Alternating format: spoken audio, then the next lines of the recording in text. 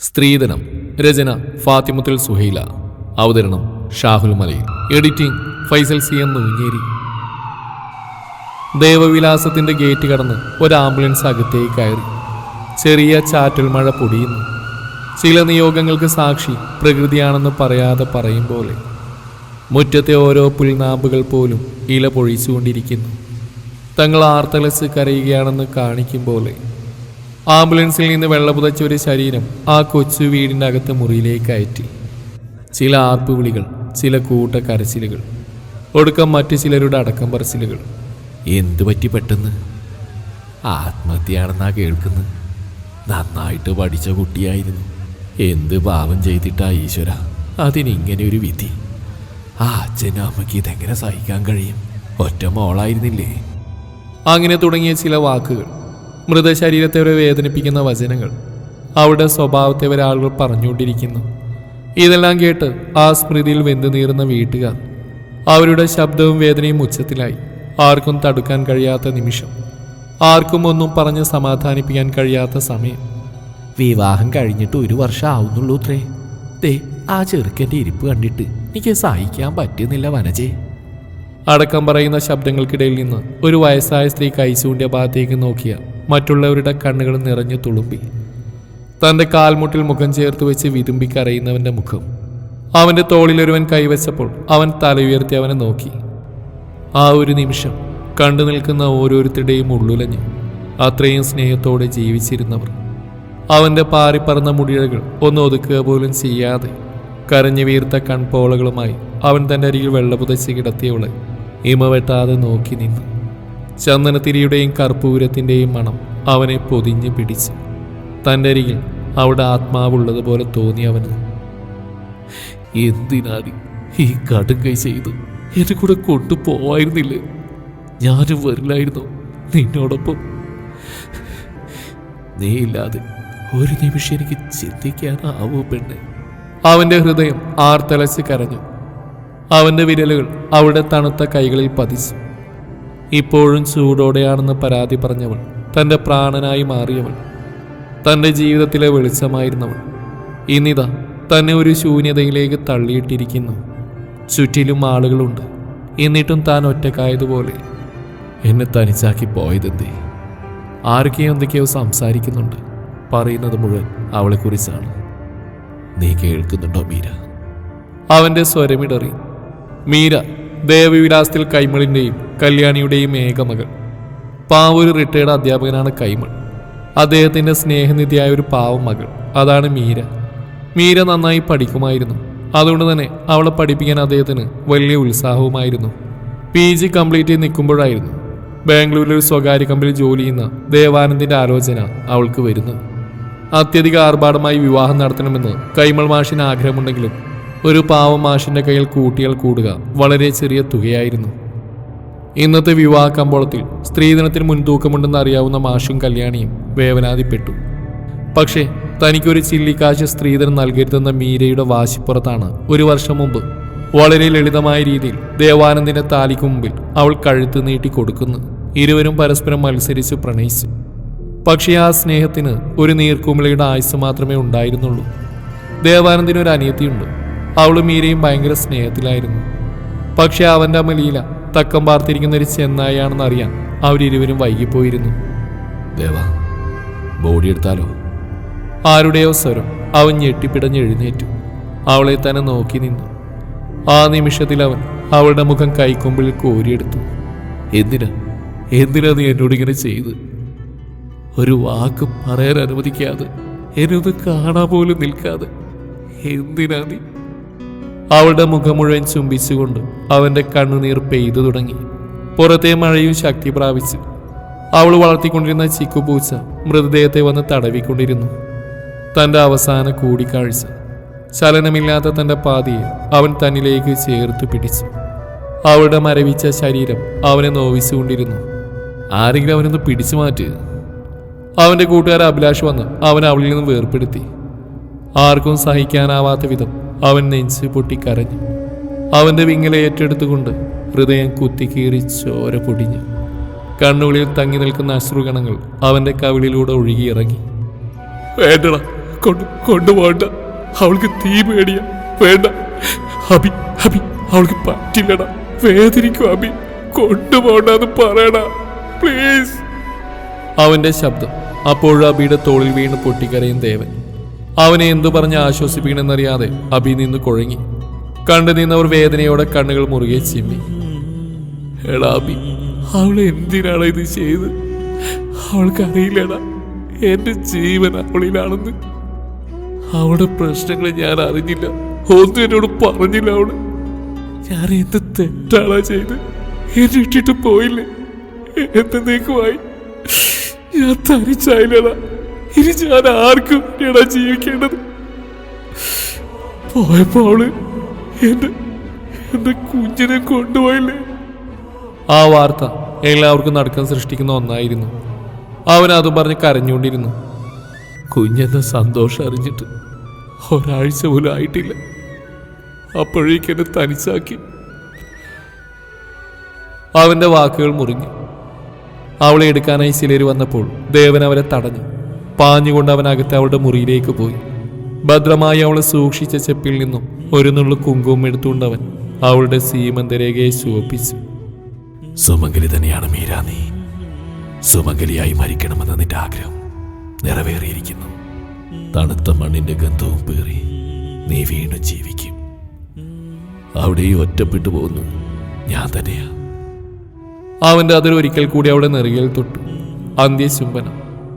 തന്റെ നല്ല ബാധിക്ക് അവസാനമായി അവളുടെ ദേവേട്ടൻ നൽകിയ വേദനയും കയ്പും നിറഞ്ഞ അന്ത്യചുംബനം. അവളെ അന്ത്യയാത്ര കൊണ്ടുപോകുമ്പോൾ അവൻ അവളുടെ മുറിയിലേക്ക് തിരിച്ചു വന്നു. ആ കാഴ്ച കാണാനുള്ള ത്രാണി അവനില്ലായിരുന്നു. ആ മുറി മുഴുവൻ അവളുടെ ഗന്ധം പരക്കുന്നത് അവൻ അറിഞ്ഞു. തലേ ദിവസം രാത്രി അഴിച്ചിട്ട് അവളുടെ സാരി അവൻ മുഖത്തേക്ക് അടുപ്പിച്ചു.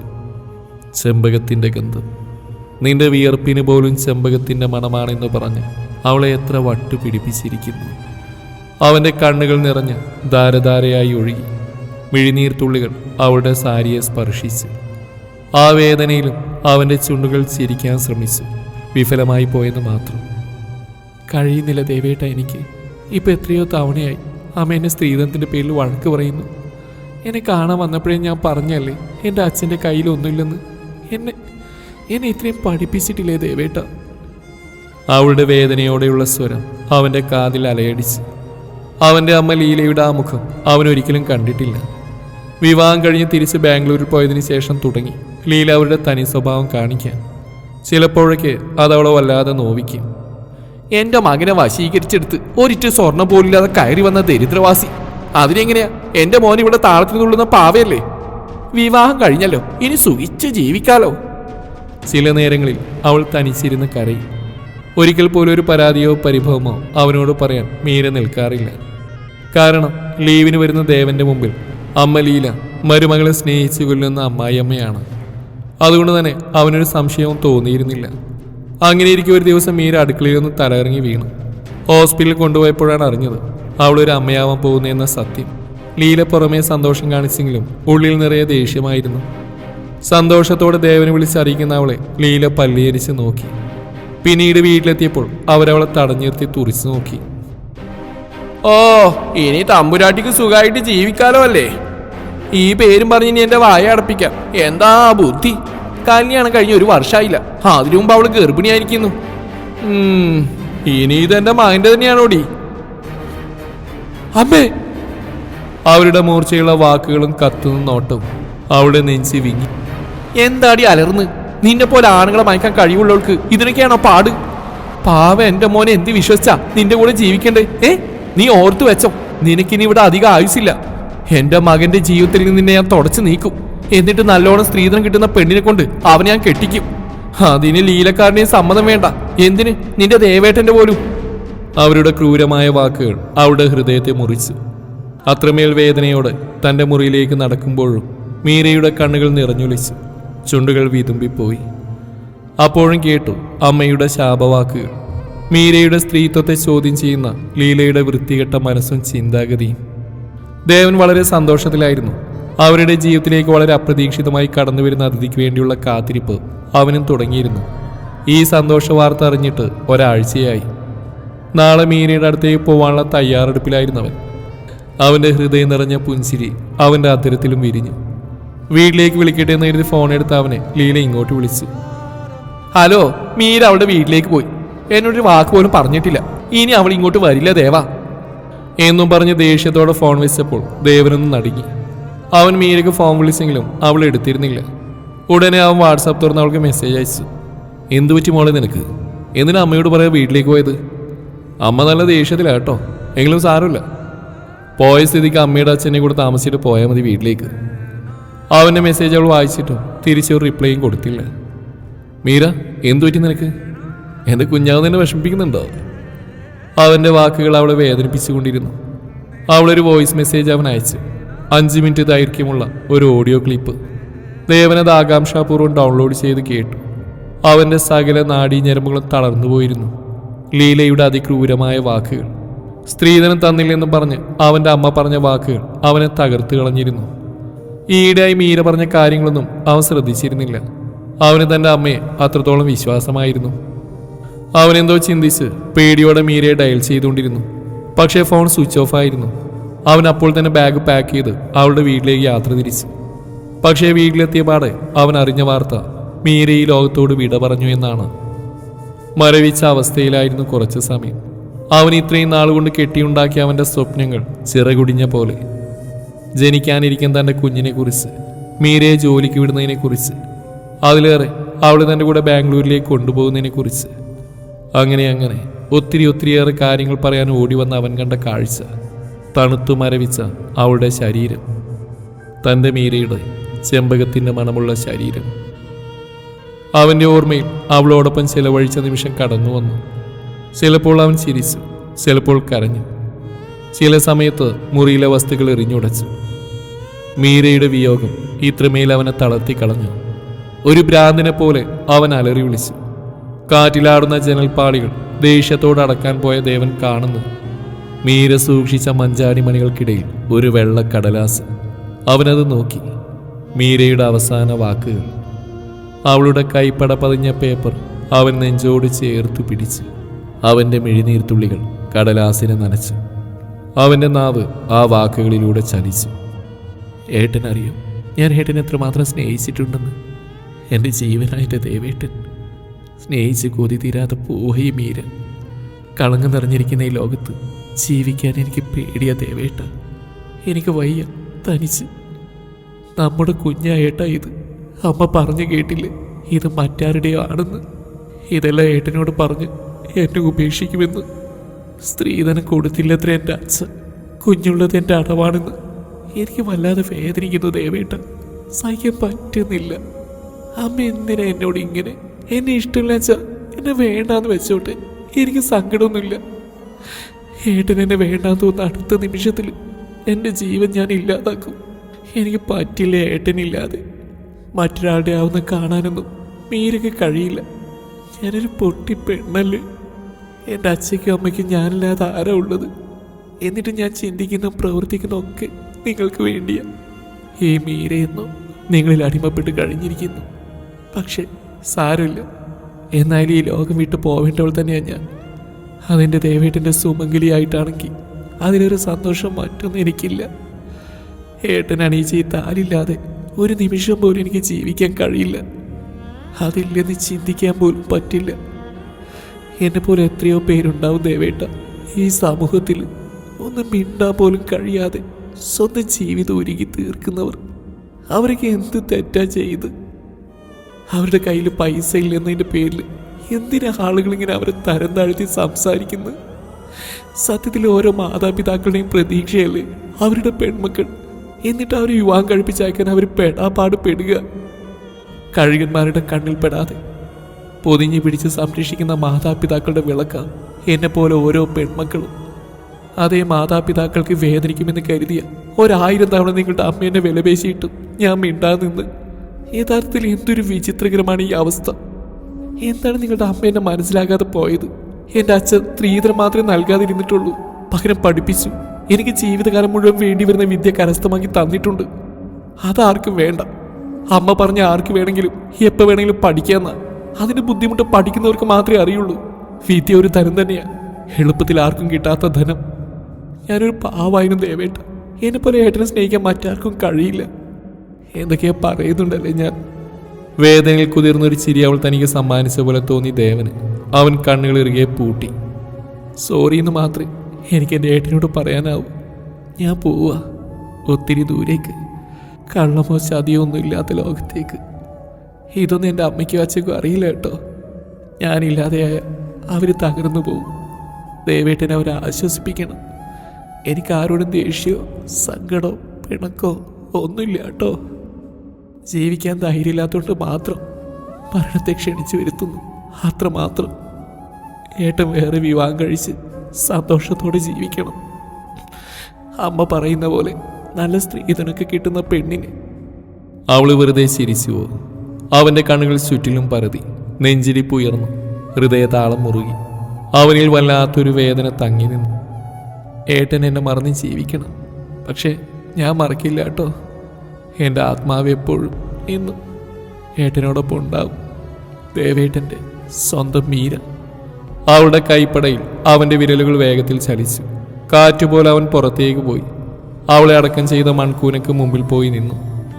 എങ്ങനെ തോന്നി മീര നിനക്ക് എന്നോട് വേറെ വിവാഹം കഴിച്ച് സന്തോഷത്തോടെ ജീവിക്കണമെന്ന് പറയാം?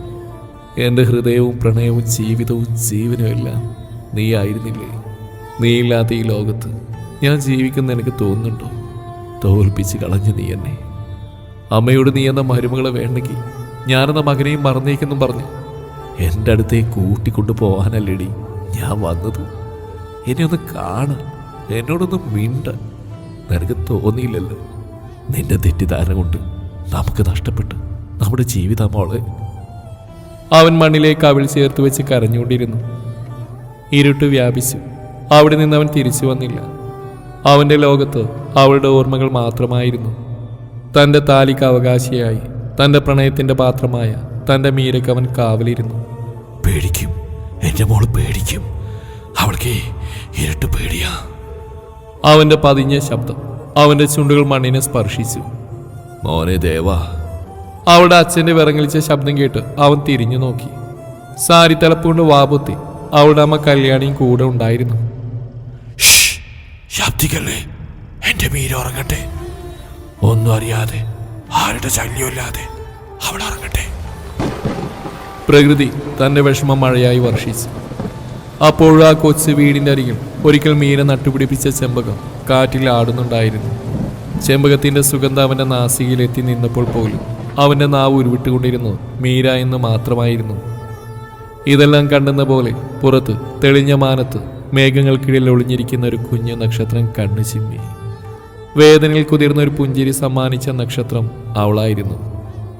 സ്ത്രീധനത്തിന്റെ പേരിൽ വീട്ടിൽ കയറി വരുന്ന പെണ്ണിനെ കുത്തി നോവിക്കുന്നവരോട്, ഭർത്താവിന്റെ വീടാണെന്ന് കരുതി എല്ലാം സഹിക്കുന്ന പെൺകുട്ടികളോട്, പെൺമക്കൾ സുരക്ഷിതരായി ജീവിക്കണമെന്ന് കരുതി പ്രായം പോലും നോക്കാതെ കെട്ടിച്ചു വിടുന്ന വീട്ടുകാരോട് ഒന്നേ പറയാനുള്ളൂ: സ്ത്രീയാണ് ധനം. അവളേക്കാൾ മൂല്യമുള്ള മറ്റൊരു ധനം കിട്ടാനില്ല. നിങ്ങൾ വേദനിപ്പിക്കുമ്പോൾ അവർ സഹിക്കുന്നത് സ്വന്തം മാതാപിതാക്കളെ ഓർത്തുകൊണ്ട് മാത്രമാണ്, അവരുടെ കഷ്ടതകൾ ചിന്തിച്ചുകൊണ്ടാണ്. മകൻ കെട്ടിക്കൊണ്ടുവരുന്ന പെണ്ണിനെ മകളായി കാണണ്ട, പകരം മരുമകളായിട്ടെങ്കിലും കാണണം. അവരും മജ്ജയും മാംസവും ഹൃദയമുള്ള മനുഷ്യരാണ്. സഹനവും ക്ഷമയുമെല്ലാം നല്ലത് തന്നെ. പ്രതികരിക്കേണ്ട സാഹചര്യത്തിൽ പ്രതികരിക്കുക തന്നെ വേണം. അതിന് വീട്ടുകാരോ നാട്ടുകാരോ തടസ്സമാവുമെന്ന് ചിന്തിക്കരുത്. ജീവിക്കേണ്ടത് നമ്മളാണ്. ഓരോ പെൺകുട്ടികളും അത് ഓർക്കണം. പെൺമക്കളെ പഠിപ്പിക്കുക. വിവാഹമൊന്നുമല്ല ഈ ലോകത്തിലെ വലിയ കാര്യം. വിദ്യയോളം വലിയ ധനമൊന്നും തൻ്റെ പെൺമക്കൾക്ക് നൽകാൻ ഒരു മാതാപിതാക്കൾക്കും കഴിയില്ല. അതാണ് യഥാർത്ഥ ധനം. അവൾക്ക് വിദ്യാഭ്യാസം നൽകൂ. അവർ ഈ ലോകത്ത് ജീവിക്കട്ടെ സ്വാതന്ത്ര്യത്തോടെ. അവസാനിച്ചു എന്ന് പറയാൻ കഴിയില്ല. കാരണം ഇന്നത്തെ സമൂഹത്തിൽ 1000 മീരമാർ ജീവിച്ചിരിപ്പുണ്ട്. പ്രതികരിക്കാതിരുന്നതിൻ്റെ പേരിൽ ഒരു ജീവനും പൊലിയാതിരിക്കട്ടെ.